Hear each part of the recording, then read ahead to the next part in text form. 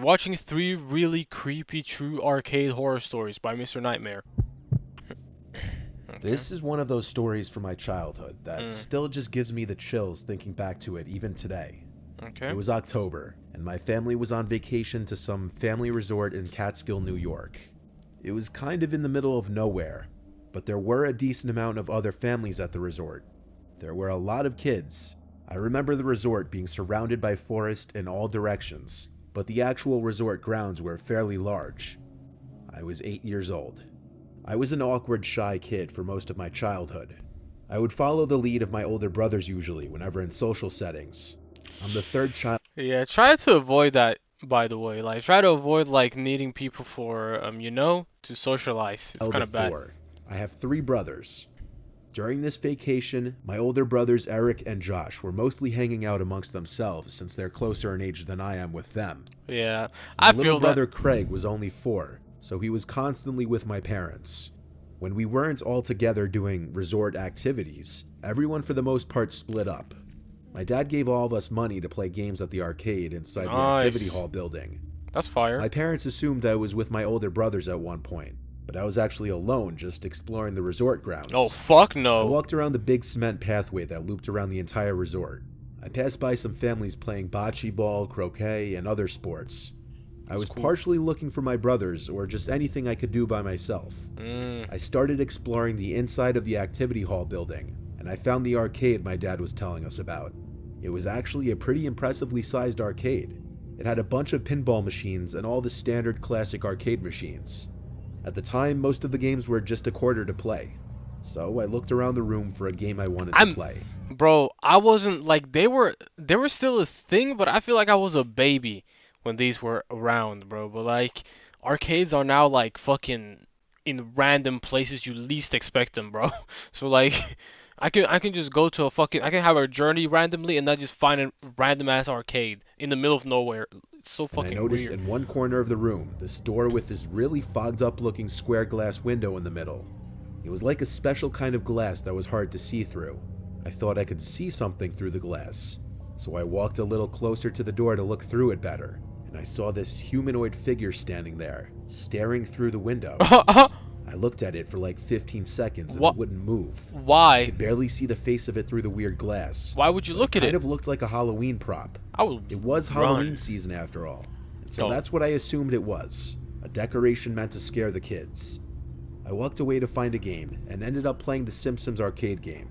The arcade machine was in the line of sight of that door though, and I couldn't help but keep looking over to it every few seconds. he was playing like these. He was looking at them the whole time, bro. Like, bro, like stop showing fear because you will attract them more, you know? Still seeing that blurred image of the figure on the other side of the door. If it was a decoration, it was doing its job and creeping me out. Hmm. After I lost the game, I just had to go back over to the door and look through the glass again, this time putting my face basically right up He's looking back at him like this. to the glass. I saw the blurred face of the figure standing there. It was a man for sure. The neutral expression on the face suddenly changed to a smile, and I gasped in horror. It was a real person. Ah! I ran halfway out of the arcade, then stopped and turned around. The blurred figure on the other side of the door was gone. I slowly walked back to the door and opened it. I was Why? brought into this dark hallway. It just had this liminal, unexplainable feeling inside of it, and I was creeped out. I didn't see anyone in there, but it got so dark mere feet away from the door that for all I knew, there could have been someone hiding further down the hall. I went back through the arcade to where I came in from, and went straight back to our room and stayed there till my parents returned. I told them about it, and I'm sure they found it odd. That night, when we all had dinner together in the dining hall, something disturbing happened. I noticed a man sitting alone at one of the nearby tables. He was facing me and looking at me. He had a plate of food in front of him, but I don't remember seeing him eating. He was not eating, bro, because he wanted to eat something else. Human flesh. I don't know. Like he kind of looks creepy by staring at a kid in the arcade, bro. He smiled. Oh fuck Immediately, no. I thought back to the man I saw on the other side of the door. Even through that blurry glass, I felt like the face and smile matched. I quietly told my parents about the man, scared, and they looked back at the man, which caused him to stop looking over. My dad told me to just not look in that man's direction. Pretty soon the man got up and left, and he took one last look at me before he did. I tried my best to look away and pretend not to notice. That was the last time I saw that man on our trip. I look back on it and feel like he was most likely a predator. The way he just stood there still as a statue, watching me for so long. And then that creepy smile. You can tell that nigga play Minecraft. If I'm right, I hope no children ever fell victim to him. Like, it's so fucked that you can't even go and play a game without a nigga just being weird, bro. I once dealt with a very bad stalker situation as a male when I was 23. I had met this girl Alyssa who was 19. I actually slid in her DMs on Instagram and it went from there. I was surprised she answered me because she had a lot of followers.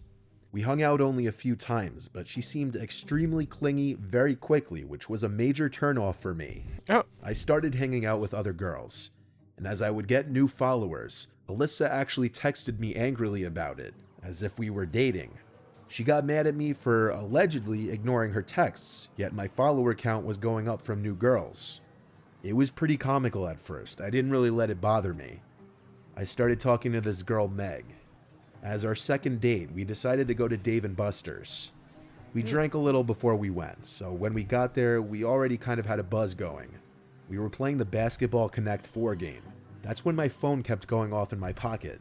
After the timer saying, are you in Dave & Buster's without me? Game ended. Who is that bitch you're with, bro? That's when my phone kept going off in my pocket. After the timer on the game ended, I checked my phone, and I got 3 texts from a random number and a picture. The picture was of Meg and I in front of the basketball game. The text said, "No way, I'm at Dave & Buster's too." When I went to text back, I saw the text didn't come from another iPhone, so it most likely meant it was sent from some kind of burner number app. I looked in the direction from where the picture was taken. My first assumption was that it was going to be Alyssa, but she wasn't there. It was just a few other groups of people playing different games. I replied, "Who is this?" But there was no response. I showed Meg the text and picture, and she agreed it had to be a friend messing with me. We went across the place to a different game. I don't care if you're my friend messing with me. This is a very creepy way to mess with me, bro. Like, if you're just taking pictures of me in public and not even, like, that's like a very that's like a fucked up prank, bro. Especially if, It happened again. A few minutes into playing this new game, I got a picture texted to me with both of our backs turned to the person taking the picture, and they were maybe like 50 feet away from us when it was taken. What the fuck? It looked blurry though, like it was zoomed in. This time they sent a text saying, "My favorite game. Can you beat my high score, LOL." I told Meg to wait there as I walked to the area where the picture was taken from. I looked all around the immediate area, expecting to see Alyssa or honestly anyone I knew, but it was just a bunch of strangers. Some random lone guy playing some ticket jackpot game, this group of teenagers playing skee-ball. It was a normal scene. Fuck. I replied to the text again asking, "Who is this?" Then I texted a few of my close friends a screenshot of the pictures, of course asking if it were any of them first. I believed them when they said it wasn't. It could have been anyone, but I did not see Alyssa in there. The person... Bro, that's why, if I ever end up in this sort of situation, I'm running out of the facility. I'm not being there. I'm leaving. I'm not gonna waste my time, and also I'm going to try to look, like, I'm gonna look at my back just in case somebody is like following me, as I'm. Well, it's kind of stupid though. If it's nighttime, then it's stupid. If it's like on the daytime, then yeah, I'm gonna walk outside and just try to avoid responded to my text. Who do you think it is? I said maybe we should go to Meg, and she agreed. We left the building and went to my car. Nice. I got a text from the number saying, "Why'd you leave me?" Meg and I were in my room when I got a text again. It was from the same number, another text and picture. The text said, "What a lovely house, come outside," and the picture... I'ma up the Glock and walk outside, bro. I'll be like, who the fuck is who the fuck is here, man? Like, I don't give a fuck. Like, why the hell would you be, bro? That's not a prank no more. That's not. I don't care if somebody's pranking me and saying it's a prank. I'm sorry, bro. Well, was the prank worth the 1 million followers, bro? Was the prank worth it? No, cause you almost costed your life, man. What the fuck? This is what I hate, bro. Let's actually go to the conversation about pranks, bro. Why are pranks so fucking fucked up now? Before it used to be like something like, a prank call or something. Now it's like fucking like cheating with your wife type of shit going on. But it's a prank though. And I'm like, Picture was of my house. fuck. Now this was a dirty house. Come outside. And the picture was of my house. Now this was a direct threat. This was not a joke anymore.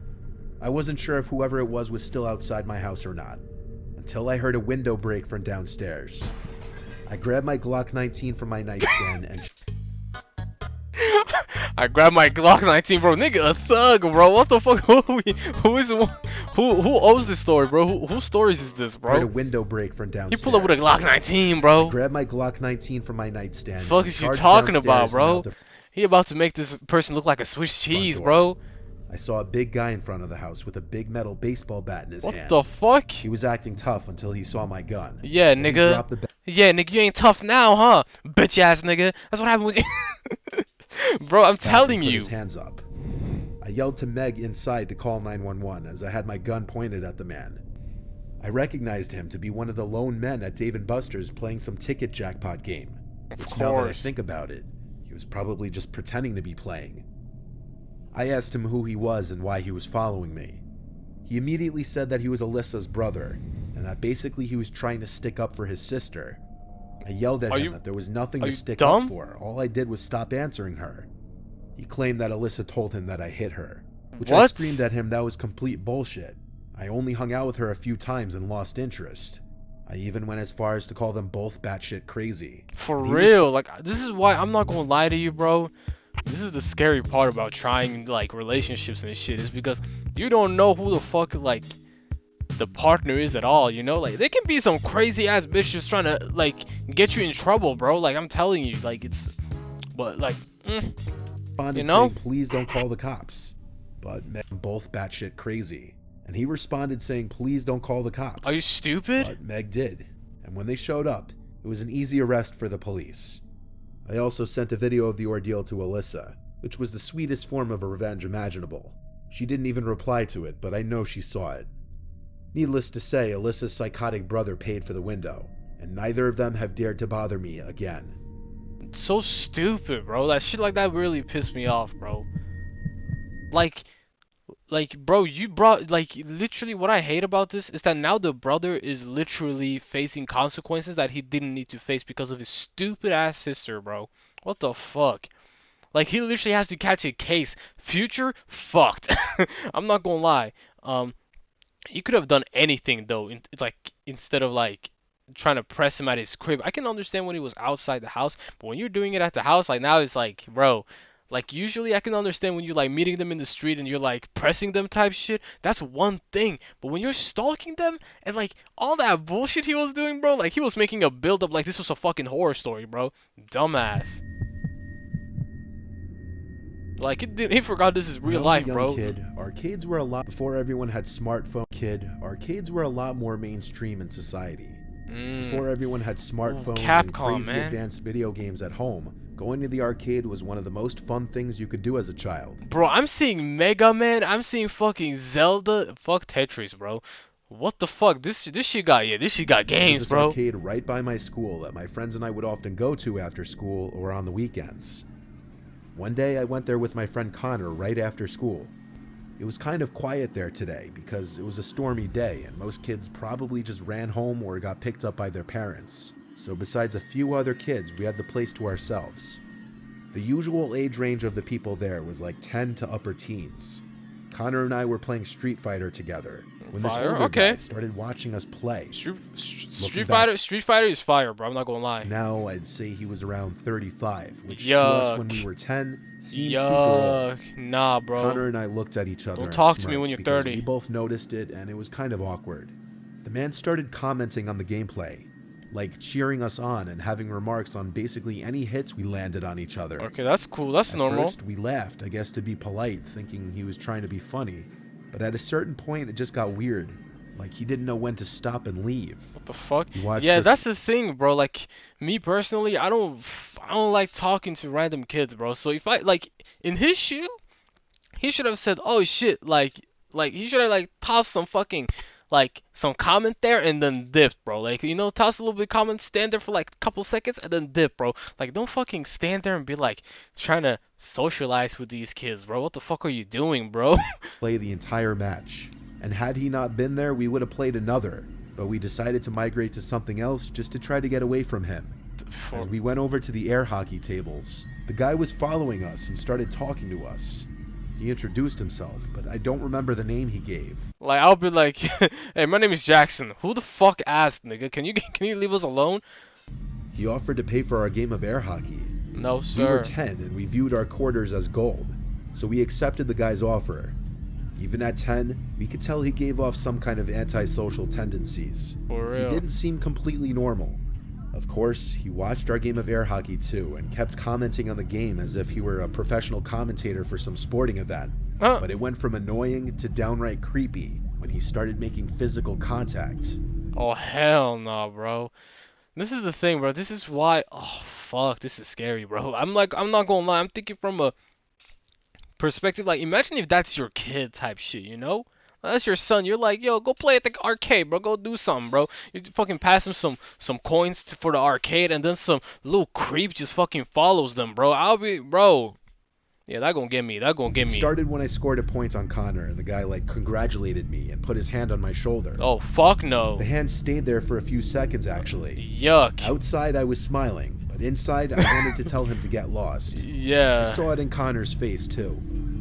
Anytime one of us scored, he would go over to us and pat us on the back or shake our shoulders. The guy Bro, this nigga's 30. Like, this is the thing, bro. Like, why? What business do you have with these niggas, bro? Like, what? You as a 30-year-old man, I'm just thinking like, you gotta either know the family or like you gotta have some sort of like, like know these kids already type shit. Like, if you're just meeting them right now, like they're like, bro, what are you doing, bro? What are you doing? Like, I don't know. I might sound very fucking ignorant, but like to me, I don't know, man. Like, I gotta fuck. I don't know, bro. Like, damn.